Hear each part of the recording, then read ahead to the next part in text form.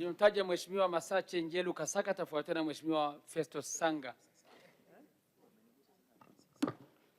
Asante sana Mheshimiwa Naibu Spika, nami kuweza kupata nafasi ya kuweza kuchangia kwenye wizara hii muhimu sana, wizara yetu ya madini.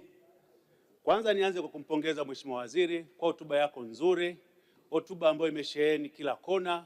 Nikupongeze wewe pamoja na Mheshimiwa Naibu Waziri, lakini na wasaidizi wako wengine, mnatutendea haki wa Tanzania hasa ambao wapo kwenye sekta ya madini. Mheshimiwa Naibu Spika, niendelee kuipongeza pia wizara kwa kuendelea kuongeza mapato. Tumeona hapa kwenye hotuba ya Mheshimiwa Waziri namna ambavyo tumeweza kwenda kuyafikia malengo ya mapato kutoka makusanyo ya mfuko mkuu 9% mwaka 2023 mpaka leo tumefikia 11%. Mafanikio makubwa sana, na hii yote inaakisi malengo ya Mheshimiwa Rais mama yetu Dr. Samia Suluhu Hassan kwa namna maono yake aliyokuwa nayo. Wizara kweli mnaenda kuyatekeleza kwa vitendo na sisi tunaona, lakini pia tumeona mapato yenu kwa kadri ambavyo mliwekewa malengo kwa mwaka huu ambavyo ilikuwa mkusanye trilioni 1.4, lakini mpaka kufikia Machi ambayo ilikuwa mkusanye bilioni 900, lakini nyinyi mmefikia trilioni 1. Ni mafanikio ya lengo la zaidi ya 114%. Tunawapongezeni sana, lakini pamoja kwamba mnaweza kwenda kuvuka malengo haya ambayo mmeweza kuwawekea na haya ambayo sisi tunaendelea kuwashauri, tunaomba sana muendelee kuilinda hii sekta vizuri ya uchimbaji, ili wachimbaji wetu waweze kufanya kazi zao kwa uhuru, waweze kuchimba vizuri na malengo ya kwao na malengo ya serikali yaweze kutimia. Lakini jambo la pili yake, niweze kupongeza Mheshimiwa Waziri, uliweza kutekeleza yale maono ya Mheshimiwa Rais kwenda kuzifuta zile leseni za utafiti, leseni ambazo kwa muda mrefu zimeshikiliwa na watu zilikuwa hazijaendelezwa, mmezifuta na kurudishwa serikalini.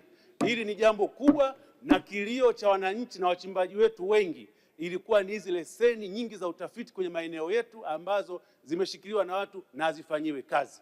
Pamoja na kuzifuta na kuzirudisha serikalini, na ushauri mdogo wa nini kwenda ukifanya. Mheshimiwa Waziri, pamoja na kuzifuta na kurudisha serikalini, tuombe leseni hizi cha kwanza ziweze kutambuliwa ili wananchi wetu na wachimbaji wetu waweze kuzifahamu, ili itaturahisishia nyinyi kwenye utaratibu wenu wa kwenda kuzigawa kwenye leseni ndogo ndogo kwa maana ya PML. Wao itawawia urahisi pale mtapotaka kwenda kuzigawa, wao itawawia urahisi kwenda kuyatembea maeneo haya, na mtu anapoenda kuomba leseni hizi kwenye maeneo husika anajua eneo gani ambalo yeye ataweza kwenda kulipata, na hii itaturahisishia yale manunguniko ya wachimbaji wetu wadogo kukosa maeneo ya kufanya kazi. Haya itaenda kupunguza kupitia mfumo huo. Lakini pamoja kwamba twende tukagawe kwenye maeneo ya wachimbaji wadogo, lakini muhimu kupitia taasisi yetu ya utafiti GST, twende tukayafanyia utafiti maeneo haya, ili tunapoenda kuwagawia wachimbaji wetu wadogo kupitia PML, twende tukawagawia maeneo ambayo wao wakienda kuyafanyia kazi wataenda kupata tija, uzalishaji utakuwa mzuri, lakini pia wao wapate na serikali iweze kupata kupitia kodi mbalimbali ambazo watakuwa wanazilipa. Lakini sambamba na hilo, kwenye hotuba yako umezungumza hapa mpango mzuri wa MBT kupitia hizi leseni ambazo mmezifuta kupitia leseni kubwa za utafiti. Tuone namna bora na nzuri kwenye zile leseni mtazogawa ndogo ndogo zile, na yenyewe muendelee kutenga maeneo ya vijana wetu kwa ajili ya MBT mradi huu, ili myafanyie utafiti, vijana hawa waweze kugawiwa maeneo haya, na zile fedha bilioni 200 ambazo Mheshimiwa Rais alizitoa na Wizara ya Madini ilizipata, vijana wawezeshwe, lakini na maeneo waweze kuyapata kupitia rashi. Ndio ambao tutakuwa tumewasaidia vijana wetu, tutakuwa tumewasaidia kwenye utafiti kwenye maeneo ya MBT, lakini pia ndivyo itakavyokuwa maono ya wizara, maono ya Mheshimiwa Rais tutakuwa tumeweza kwenda kuyafikia. Mheshimiwa Naibu Spika, pamoja na mazuri haya, kuna baadhi ya maeneo ambayo na mimi nataka kuweza kwenda kuyachangia. Jambo la kwanza ni jambo la utafiti. Tumeona kwenye hotuba hapa, bado nchi yetu eneo la utafiti lilofanyika ni kidogo sana, na maeneo mengi ya utafiti yaliyofanyika bado tija yake wananchi hawajaweza kuyaona. Amezungumza hapa mikoa ya Lindi, Geita na mengineyo kwamba alifanyia utafiti na baadhi ya maeneo ambayo enda kufanyia utafiti wakishirikiana na Bariki ikiwemo Nyang'hwale, Nzega, Igunga na mengineyo. Tuombe serikali iwekeze kwa nguvu kubwa maeneo ya utafiti, ndiyo itakuwa ukombozi kwenye sekta ya madini, lakini pia tutaenda kwenda kuzalisha zaidi kuliko hiki ambacho tunazalisha sasa hivi. Mimi nitoe mfano kwenye wilaya yangu ya Chunya. Leo maeneo mengi ambayo wachimbaji wetu wanaendelea kufanya uchimbaji hajafanywa utafiti, wanafanya uchimbaji wa kawaida, lakini tunaweza kuzalisha kwa wastani sasa hivi ni almost kilo 400 kwa mwezi, ndio tunazalisha sasa hivi.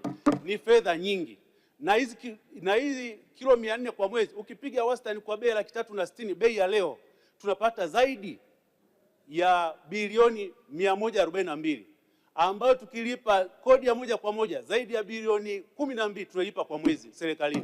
Ni fedha nyingi, lakini tukienda kuyafanyia utafiti maeneo mengi ndani ya wilaya ya Chunya, tutatoka kutoka uzalishaji wa kilo 400 kwa mwezi, tutakwenda kukimbilia kwenye kilo 500 kwa mwezi. Ndivyo ambavyo serikali itapata, wachimbaji wetu watapata, lakini na uchumi wa nchi yetu utazidi kukua na kwenda mbele zaidi. Ndege nyuki zinaruka, lakini sisi kule kwetu Chunya hatujaziona. Niombe Mheshimiwa Waziri, na sisi Chunya tunahitaji ndege nyuki ili ziweze kufanya kazi vizuri. Mheshimiwa Naibu Spika, jambo jingine la msingi na muhimu ni swala la umeme kwa wachimbaji wadogo. Tunafahamu serikali chini ya Mama yetu Samia Suluhu Hassan imeendelea kufanya vizuri kwenye upande wa umeme, imepeleka vijiji vyote na sasa tunaenda kupeleka kwenye maeneo ya vitongoji vyote kufikia 30. Lakini lazima wizara ije na mpango kushirikiana na Wizara ya Nishati. Na mimi niombe Mheshimiwa Waziri, kama hautanieleza jambo la msingi kwa namna ambavyo utapeleka nishati ya umeme kwa wachimbaji wangu wadogo wilaya ya Chunya, leo nashika shilingi hapa sikuachii kwenye mshahara wako kuhakikisha kwamba umeme unaenda kwa maeneo ya wachimbaji wangu wilaya yangu ya Chunya waweze kunufaika, wapunguze gharama ya uzalishaji kutumia mafuta, ndivyo tutaweza kwenda kuwasaidia wachimbaji wetu wadogo. Mheshimiwa Naibu Spika, jambo jingine kubwa na la kimsingi ni jambo la technical support. Tumeona namna ambavyo leo tumekuwa na raia wa kigeni wengi sana kutoka bara letu la Asia, wale wenye macho madogo madogo wamezagaa wengi kwenye maeneo yetu ya uchimbaji. Hakika huko tunakoenda hii tunaenda kutengeneza janga jingine kubwa zaidi. Wameingia kwa kuleta utaalamu kwenye maeneo ya uchimbaji, lakini ukienda ground kule na vibali vyao vinavyoeleza kitu wanachoenda ukifanya kule ni tofauti na malengo ambayo yamekusudiwa. Leo tunaona raia hao wanafanya uchimbaji mdogo mdogo ambao Watanzania na wachimbaji wetu wadogo wangeweza kufanya. Wanaendesha mitambo, wanaendesha mpaka maguta, mpaka bodaboda ambazo ndio ajira za vijana wetu, lakini wao leo ndio wanaweza kuzifanya hivyo. Kuendesha maskaveta ni ajira ambazo sio za kitaalamu, vijana wetu wanaweza kufanya. Lazima tuone namna nzuri na bora za kuweza kusimamia vibali vyao na wao waweze kufanya kazi iliyowaleta, na si kufanya kazi tuliyowaleta. Tunataka waje walete technical support, waambukize Watanzania ili Watanzania wapate ule utaalamu tuweze kujiendesha wenyewe. Hatuwezi tukawa tunaendelea kuwatumia wao miaka hadi miaka, na wamefika hatua sasa hivi wanaingia mikataba na wachimbaji wetu wadogo hawa, mikataba kandamizi, mikataba ya kuchimba kwenye maeneo yao, maeneo ambayo ni hatari sana. Mheshimiwa Naibu Spika, nashukuru kunipa nafasi, nami naunga mkono hoja. Asante sana.